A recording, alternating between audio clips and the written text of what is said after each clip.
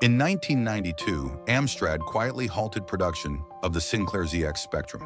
The executioner was the very company that had once been its fiercest rival. The shutdown ended a machine that had sold over 5 million units. It closed a massive ecosystem built entirely on cassette tape games. When the manufacturing lines finally stopped, a generation of teenagers lost their cheapest entry into coding. Retail stores lost the iconic black boxes that had defined their shelves. A cottage industry of mail-order developers lost the physical hardware that made their existence possible. The paradox is that the ZX Spectrum did not disappear because it failed. It disappeared because the bedroom industry it created had outgrown the hardware. A computer built to be as cheap as possible was simply left behind by the expensive 16-bit console market it helped build. But the real story of the ZX Spectrum is not only the story of its quiet end. It is the story of how a cheap plastic box with rubber keys turned an entire generation of teenagers into a global video game empire. Every week, we tell the stories of the machines, platforms, and tech companies that once taught the public what the future felt like and what happened when the global market moved on. Subscribe if that history matters to you. The story begins not with a legacy, but with a specific barrier in the United Kingdom at the dawn of the 1980s. In the early 1980s, the United Kingdom faced a strict technological divide. A personal computer, a computer designed for one person to use directly, usually at a desk or in a home, was an expensive luxury reserved for university laboratories, corporate accounting departments, or the wealthiest of hobbyists. Machines imported from the United States, like the Apple II or the Commodore PET, were magnificent pieces of engineering, but they carried price tags that rivaled the cost of a second-hand car. For the average British working-class or middle-class family, the future of computing was something you read about in a magazine, not something you plugged into your living room wall. The barrier to entry was not a lack of public curiosity. The barrier was entirely structural and economic. The sheer cost of a processor, the main chip that performs calculations and executes instructions, along with dedicated monitors and disk drives, kept the technology locked behind a wall of pure finance. A typical British household had a television and perhaps an audio cassette recorder, but the idea of an interactive digital screen belonged to science fiction. This deep absence in the market created a unique pressure, one that was observed by an eccentric inventor named Clive Sinclair in Cambridge. Sinclair Research was not a traditional computer company. It was an electronics firm obsessed with miniaturization and radical cost-cutting. Clive Sinclair's philosophy was built on a single, uncompromising idea. To bring technology to the masses, you did not need to build the most powerful machine. You only needed to build the cheapest machine that actually worked. Before the Spectrum, Sinclair tested this theory with two predecessor machines, the ZX80 in 1980 and the ZX81 in 1981. The ZX81 was a tiny wedge-shaped device with a flat, plastic membrane keyboard that sold for under 70 British pounds. It was essentially a monochrome calculator that connected to a television set. Yet despite its severe limitations, it had no sound, no color, and incredibly limited processing power. It sold by the hundreds of thousands. The massive sales of the ZX81 proved a critical point. The British public was desperate for computing power, provided the price dropped below the threshold of a major financial investment. However, the ZX81 was still largely a hobbyist curiosity. To build a true platform, a technology system that other products, developers, users, and services build around, a machine needed more than just a low price. It needed to handle games, display color graphics, and process more complex code. In April 1982, Sinclair Research launched the solution, the Sinclair ZX Spectrum. Physically, the machine was deceptively simple. It was a sleek, black plastic box, small enough to hold in one hand, decorated with a distinctive rainbow motif painted across the bottom right corner. Inside, it offered either 16K or 48K of memory, fast temporary storage a computer uses while programs are running. By modern standards, 48 kilobytes is less data than a single low-resolution image file. But in 1982, it was a massive canvas. More importantly, the Spectrum introduced color and sound. It could display 15 distinct shades on a standard television screen, and it featured an internal speaker, a simple beeper that could produce rudimentary monophonic tones. But the defining feature of the ZX Spectrum, the element that made it both famous and infamous, was its keyboard. To keep manufacturing costs ruthlessly low, Sinclair abandoned traditional typewriter-style plastic keys. Instead, the Spectrum used a rubber keyboard. The keys felt soft, spongy, and deeply imprecise, often described by professional typists as feeling like dead flesh. Business users scoffed at it. Yet that specific physical compromise was the engine of its success. By using cheap rubber instead of expensive mechanical switches, Sinclair was able to price the base 16K version of the Spectrum at just $125. Suddenly, a capable color computer cost about the same as a decent bicycle. Furthermore, Sinclair turned the keyboard's weakness into a unique software advantage. Every rubber key had up to 5 different functions printed above, below, and on the keycap itself. The operating system, the core software that manages the computer and lets other programs run, was designed so that users did not have to type out commands letter by letter.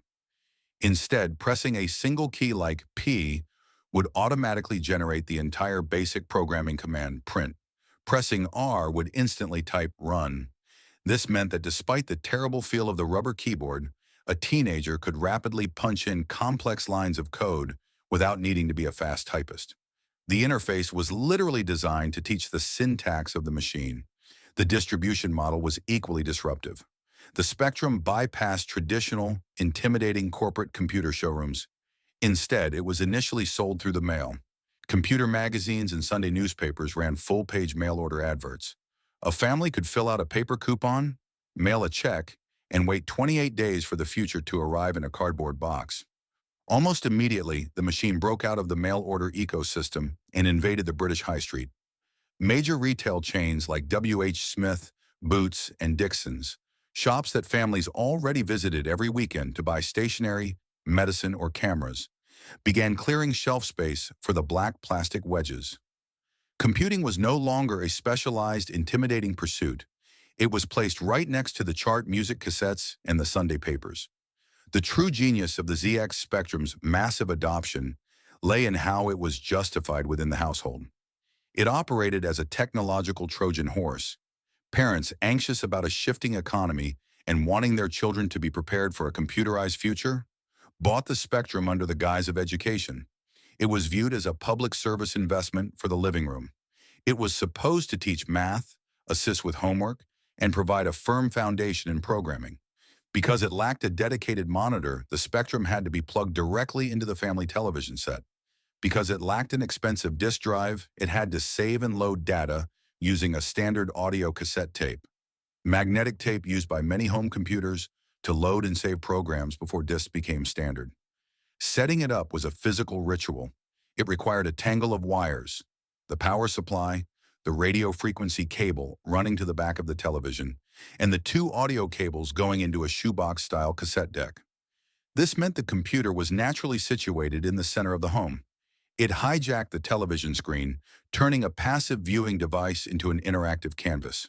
When a program was loading, the television would flash with thick neon borders, and the room would fill with the harsh, screeching static of digital data being read from analog audio tape. The family had to sit perfectly still, hoping the tape deck's volume was set precisely right, praying the code would not crash at the last second. It was loud, it was clunky, and it was entirely mesmerizing. The barrier had been shattered. The technology was no longer an abstraction locked in a distant laboratory. It was sitting right on the living room rug. The machine was ready for the British home. The British home, however, was about to discover what the machine could actually do. To understand how the ZX Spectrum transformed British culture, one must first look at the ordinary cassette tape. In 1982, proper computer storage meant a floppy disk drive, a dedicated magnetic storage device, which often cost more than the computer itself. Clive Sinclair bypassed this economic wall by using an analog technology that almost every teenager already possessed: a standard audio tape recorder, a cassette tape, magnetic tape used by home computers to store software through audio tones, turned an everyday music player into a digital storage library. Instead of transferring clean binary pulses through expensive internal controllers, the Spectrum translated digital ones and zeros into high-pitched audio frequencies.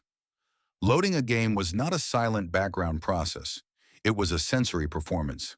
High-pitched squeals, rhythmic buzzing, and frantic static burst from the television speaker, while neon blue, red, yellow, and cyan stripes flashed frantically across the border of the screen. This loading ritual took anywhere from 3 to 7 minutes per program. It was fragile, temperamental, and deeply sensitive to volume levels or slightly misaligned tape heads. If a tape deck's volume was turned a fraction too low, or if someone bumped the table, the load would fail, displaying a soul-crushing error message. Yet this very inconvenience created a shared cultural bonding moment. Families sat silently in living rooms, holding their breath while the tape spun, waiting for the static sound to suddenly give way to a game title screen. However, audio tape was only the delivery mechanism. The real breakthrough was what happened the moment the Spectrum was powered on. Unlike modern computers that boot into polished graphical operating systems with icons and web browsers, the ZX Spectrum booted directly into a blank screen with a single prompt cursor. There were no menus, no apps, and no initial distractions. The built-in operating system was Sinclair Basic, a simplified programming language designed to let users write instructions directly to the machine's processor. To use the machine at all, you had to speak its language. Every owner, whether they intended to or not, became a software operator. Sinclair's unique single-key command entry made this process surprisingly fast. Pressing a key did not just type a letter, it instantly generated full programming instructions like print, goto, peek, or poke. This immediate interface triggered a massive educational chain reaction across the UK. A dedicated magazine industry exploded almost overnight to serve this new community. Publications like Crash, Sinclair User, and Your Spectrum filled newsstands. Alongside hardware reviews and game tips, these magazines printed pages upon pages of raw program code, known as type-ins. Across the country, hundreds of thousands of teenagers spent their evenings hunched over rubber keyboards, meticulously typing hundreds of lines of basic code printed in a magazine. If a single comma or semicolon was typed incorrectly, the program would crash. Finding that error forced teenagers to read the code, analyze the logic, and understand how memory addresses interacted with screen pixels. Without formal classes or computer science degrees, an entire generation taught itself software engineering line by line through trial and error. It did not take long for these young users to realize that if they could type code from a magazine, they could also write their own. This realization birthed a uniquely British phenomenon, the bedroom coder. Throughout the mid-1980s, school-age kids were writing fully realized commercial video games on small wooden desks in their bedrooms, surrounded by school textbooks, pop posters, and cassette recorders. The low cost of cassette production completely eliminated the traditional barriers to commercial publishing. A developer did not need a massive manufacturing plant, a publisher, or a multi-million-dollar budget. All a teenager needed was a Spectrum, a dual-deck cassette recorder to duplicate tapes, a typewriter to print labels, and a stack of padded envelopes. Young coders placed small, inexpensive classified advertisements in the back pages of computer magazines. Customers mailed checks directly to suburban bedrooms, and high school students spent their weekends duplicating tapes, stuffing envelopes, and walking them down to the local post office. 16-year-old programmers were suddenly generating thousands of pounds a week, earning more than their parents, all from code written after finishing their school homework. Software houses, small independent publishers formed by young developers, began springing up in towns across the country, from Liverpool and Manchester to Cambridge and Sheffield. Studios like Ultimate Play the Game, Ocean Software, and Bug Byte were not corporate giants operating from glass office towers.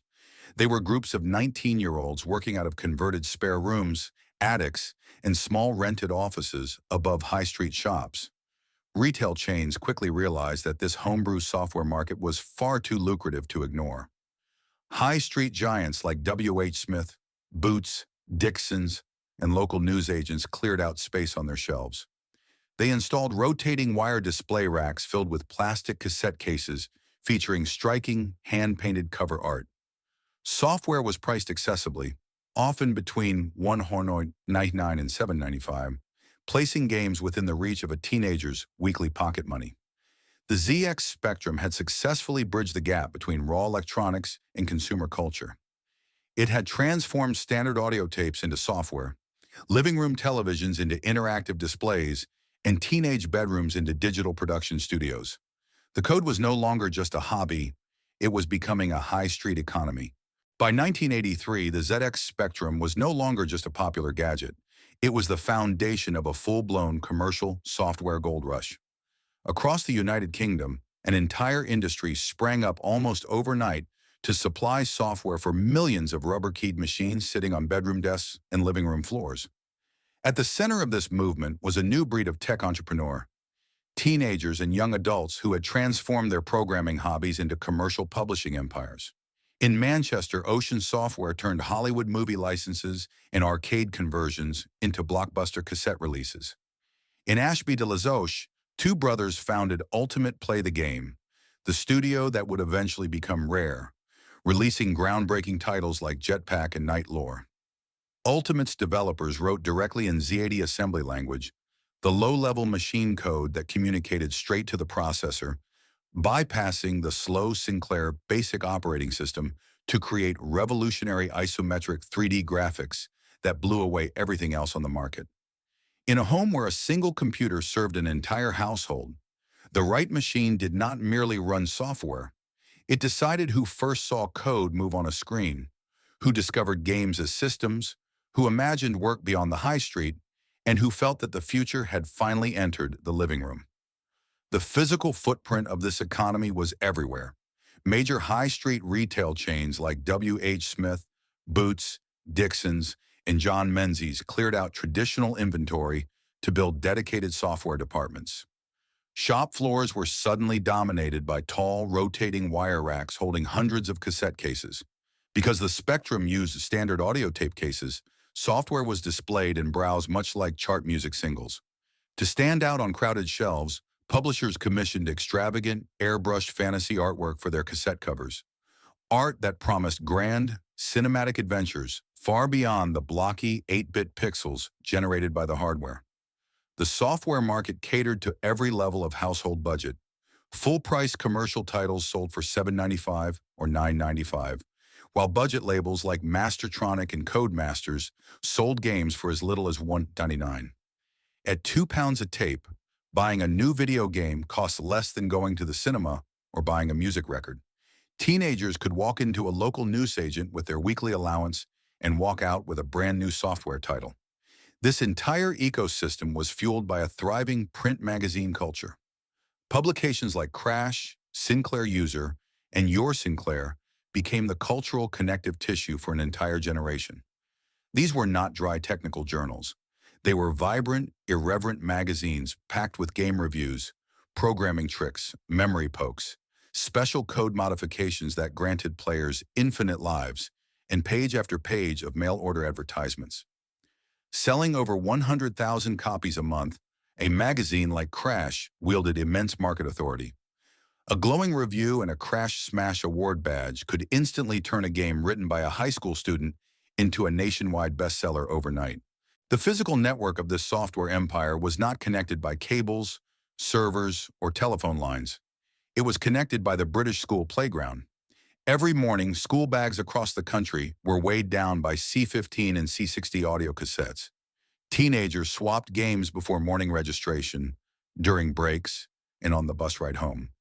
Because the Spectrum relied on standard audio technology, the software was entirely unprotected from analog duplication. A twin-deck cassette recorder, a standard piece of hi-fi equipment in many living rooms, could copy a video game just as easily as it could copy a radio broadcast. This informal playground piracy was a massive, uncontrolled distribution network. It terrified publishers, but it simultaneously cemented the Spectrum's absolute cultural dominance. A game might sell 50,000 official copies on the high street, but it would be played by 500,000 pupils across the country. The machine became unavoidable. If you did not know the loading screech of a Spectrum tape, you were locked out of the primary conversation of the British schoolyard. By 1984, Sinclair Research was the undisputed king of the British home computer market. To capitalize on this, the company attempted to mature the hardware. They released the ZX Spectrum Plus, which abandoned the infamous rubber keys for a more traditional, typewriter-style plastic keyboard.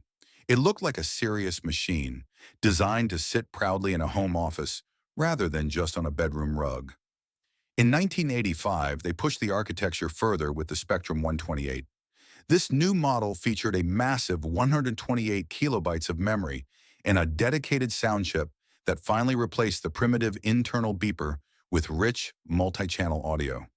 But the true glory of the Spectrum was never the hardware itself. The hardware was merely the delivery vehicle. The glory belonged to the software ecosystem that stretched from the mail-order adverts in Crash magazine to the retail aisles of Boots and Dixon's. At its peak, the machine supported over 20,000 individual software titles. No other platform in Europe had a library so vast, so experimental, or so deeply rooted in local culture. British game design became a distinct, internationally recognized genre. Titles like Manic Miner, School Days, and Elite did not just entertain, they reflected a distinctly British sense of humor, surrealism, and technical ambition. The aesthetic of the era was defined by the loading screen. Because games took up to 5 minutes to load from tape, developers used the first block of code to draw a single static image on the television. For 5 minutes, a teenager would stare at a painstakingly drawn pixel art title screen, listening to the rhythmic electronic pulse of the data stream, building anticipation before the game even began. It was a shared, almost hypnotic ritual that defined computing for a generation. Meanwhile, the developers themselves were changing. They were no longer just teenagers writing code in their bedrooms. They were becoming proper studios. Ocean Software was buying up expensive licenses for Hollywood films like RoboCop and Batman, turning them into massive cassette blockbusters. Young programmers were driving sports cars to rented office spaces in Manchester and London. The Spectrum had achieved something unprecedented. It had taken a highly complex, intimidating technology and made it ordinary. It had turned coding from an obscure academic discipline into a working-class and middle-class hobby. It had built an entire domestic software industry from scratch, completely independent of the American tech giants like IBM and the Japanese console makers like Nintendo. For a brief, extraordinary window in the mid-1980s, the British computing ecosystem was entirely self-sufficient. The hardware was British. The software was British. The magazines were British. The high street retailers were British. The bedroom had conquered the high street, but the industry it built was starting to demand a scale, a polish, and a budget that the cheap plastic box could no longer support. The first crack in the Sinclair empire was almost invisible. In late 1984, the warning signs did not appear on the factory floor or in retail balance sheets. They appeared on the pages of computer magazines.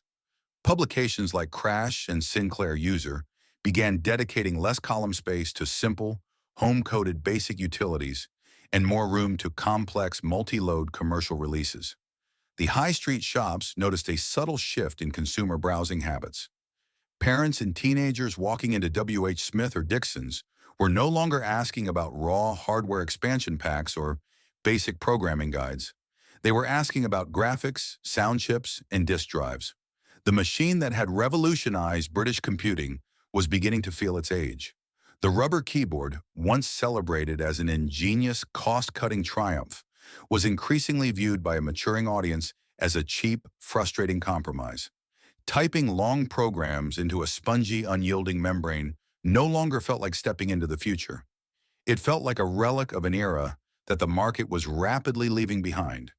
Yet the true crisis was not happening in the bedrooms or the classrooms. It was happening inside Sinclair Research's corporate offices, driven by Clive Sinclair's obsession with grand, radical engineering leaps that far outpaced commercial reality. For years, Sinclair had poured corporate revenues into high-risk, experimental projects outside the core home computer market. The first major casualty of this corporate overextension was the Sinclair QL, Quantum Leap, launched in 1984. Designed as a powerful 16-bit business computer meant to compete with professional office machines, the QL was rushed to market to beat rival business launches. It shipped with unfinished operating software, unreliable microdrive tape loops that frequently corrupted data, and months-long delivery delays. Corporate buyers who had looked to Sinclair for affordable innovation lost confidence. Small businesses and professional offices, the very market segment that could have provided steady, high-margin revenue, turned away toward the growing dominance of IBM-compatible personal computers. Worse was yet to come. In January 1985, Sinclair staked his personal reputation and millions of pounds of company funds on an invention that would become a cultural punchline across the United Kingdom: the Sinclair C5. The C5 was an open-air, battery-powered electric tricycle intended to revolutionize urban transport. It had no doors, no roof, and required the driver to sit dangerously low to the ground, exposed to the exhaust fumes and spray of British double-decker buses and heavy lorries on winter roads. The British press devoured the launch with merciless glee. Newspapers and satirical magazines mocked the vehicle relentlessly, turning the eccentric inventor into a figure of public ridicule. The financial and psychological damage was severe. The C5 bombed catastrophically, selling only a fraction of the hundreds of thousands of units required to recoup its massive development costs. Sinclair Research was drowning in debt. The cash reserves generated by millions of rubber-keyed Spectrums were rapidly evaporating to pay off the debts of a failed electric tricycle. At the exact moment Sinclair's corporate core was fracturing under financial strain, the technological landscape beneath the Spectrum was shifting permanently. In the living rooms of Britain, the rules of engagement were changing. The simple 8-bit home computer market was no longer an isolated British phenomenon. By 1985 and 1996, powerful 16-bit machines like the Commodore Amiga and the Atari ST were beginning to arrive on European shores. These new platforms offered staggering graphical leaps: palettes of thousands of colors, dedicated hardware coprocessors, crisp musical sound chips, and lightning-fast floppy disk storage that rendered the screeching cassette tape loader feel agonizingly archaic. Simultaneously, Japanese consumer electronics giants like Nintendo and Sega were aggressively pushing cartridge-based home video game consoles into Western markets. These machines did not require a television tuner card, a tangled mess of audio cables, or a patience-testing 5-minute loading ritual. You plugged a hard plastic cartridge into a sleek gray box, flicked a power switch, and the game started instantly. The bedroom coder ecosystem, which had been built entirely on the accessible, low-cost constraints of 8-bit hardware, suddenly faced an existential dilemma. The games required to satisfy consumers were becoming too complex, too large, and too expensive to produce for a single-person bedroom setup.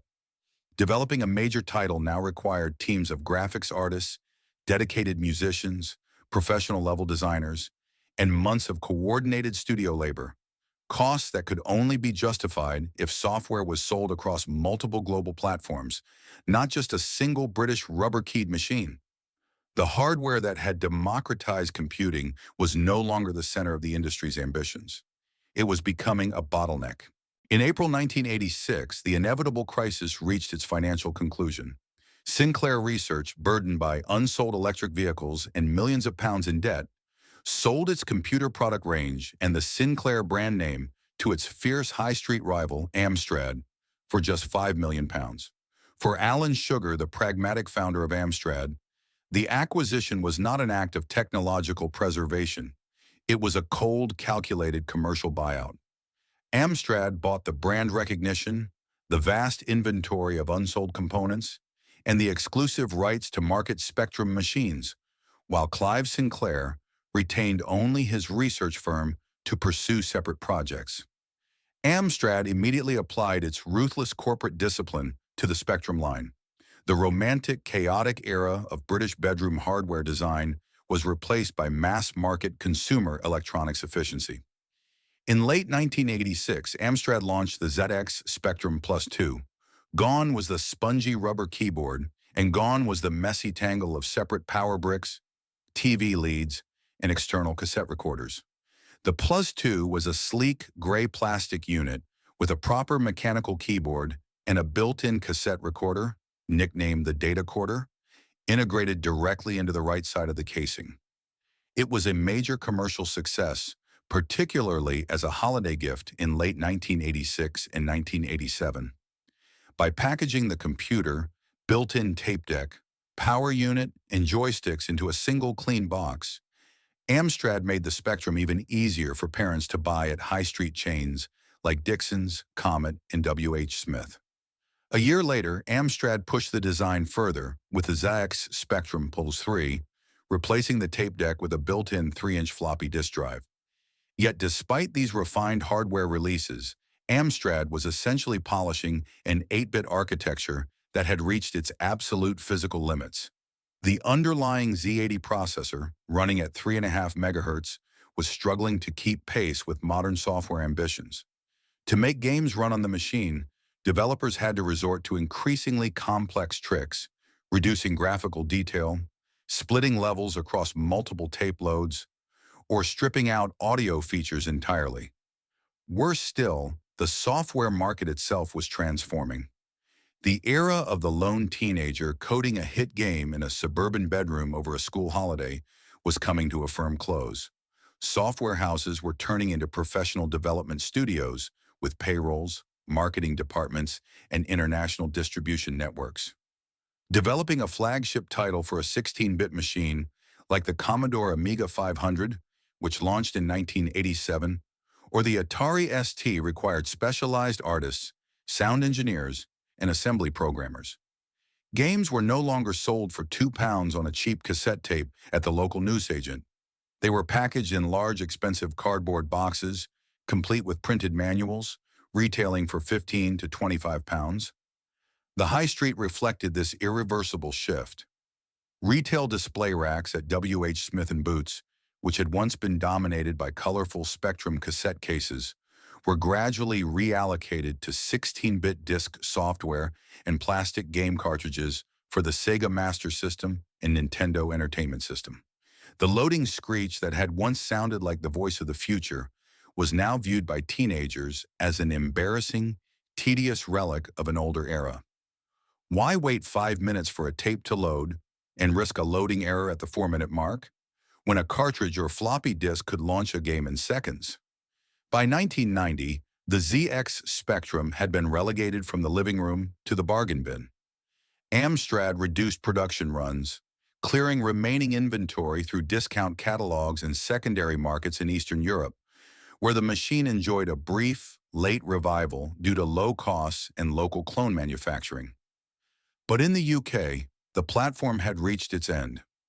In 1992, 10 years after Clive Sinclair first unveiled the rubber-keyed wedge in London, Amstrad quietly removed the ZX Spectrum from its product line.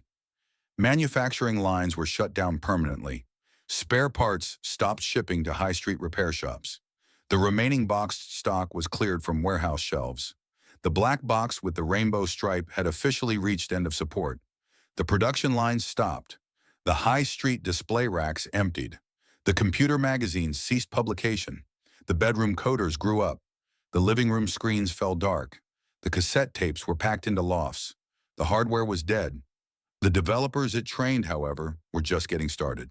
When Amstrad permanently shut down the manufacturing lines in 1992, they were killing a piece of plastic, rubber, and silicon.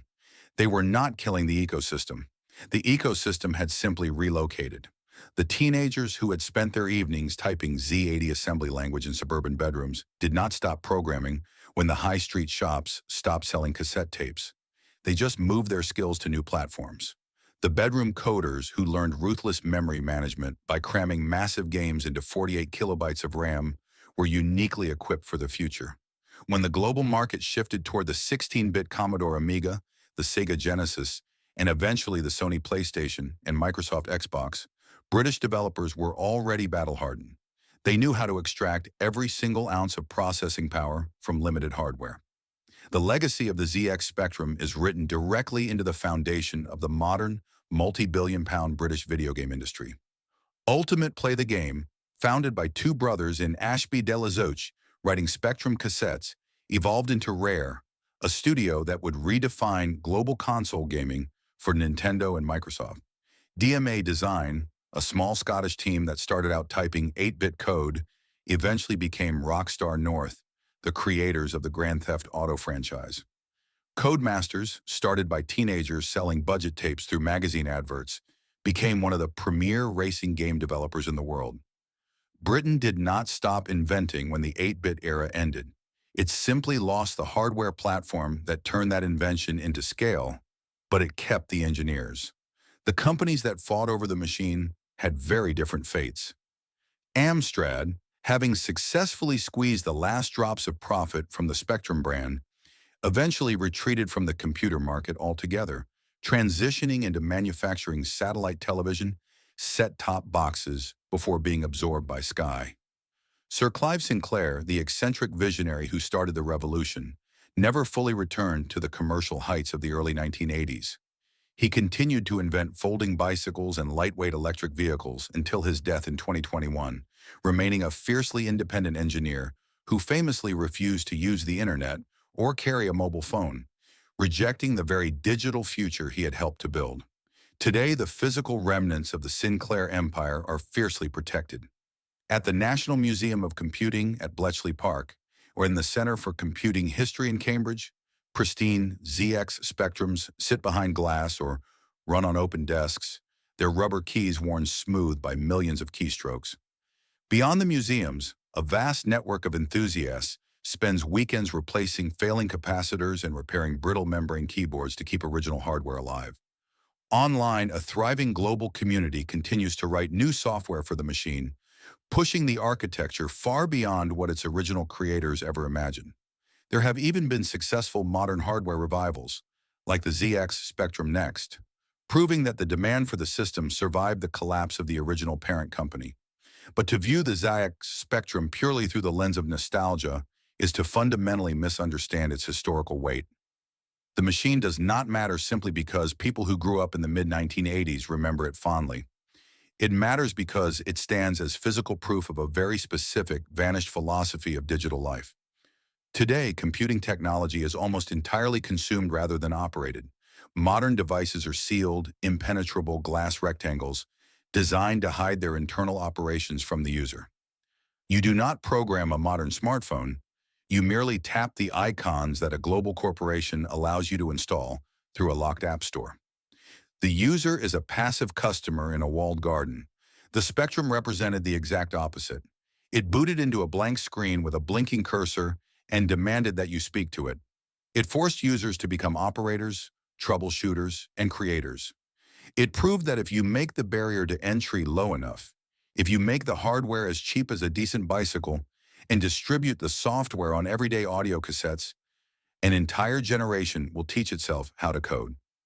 It was not just a polished consumer product, it was an open doorway.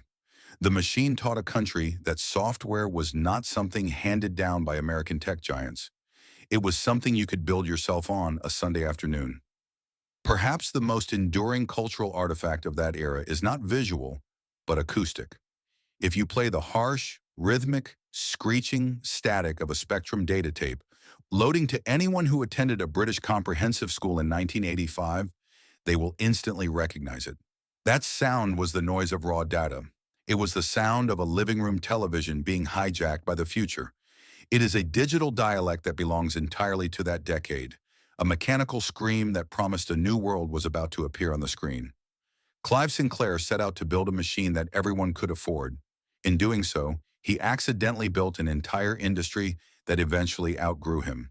The British market adopted the hardware, built a massive, self-sustaining software economy upon it, and then ruthlessly abandoned the physical computer when global standards demanded more power. Somewhere in a British loft, a ZX Spectrum still rests inside a softened cardboard box, the rubber keys dulled by time, waiting for a cassette tape that once made an entire bedroom feel connected to the future. See you in the next one.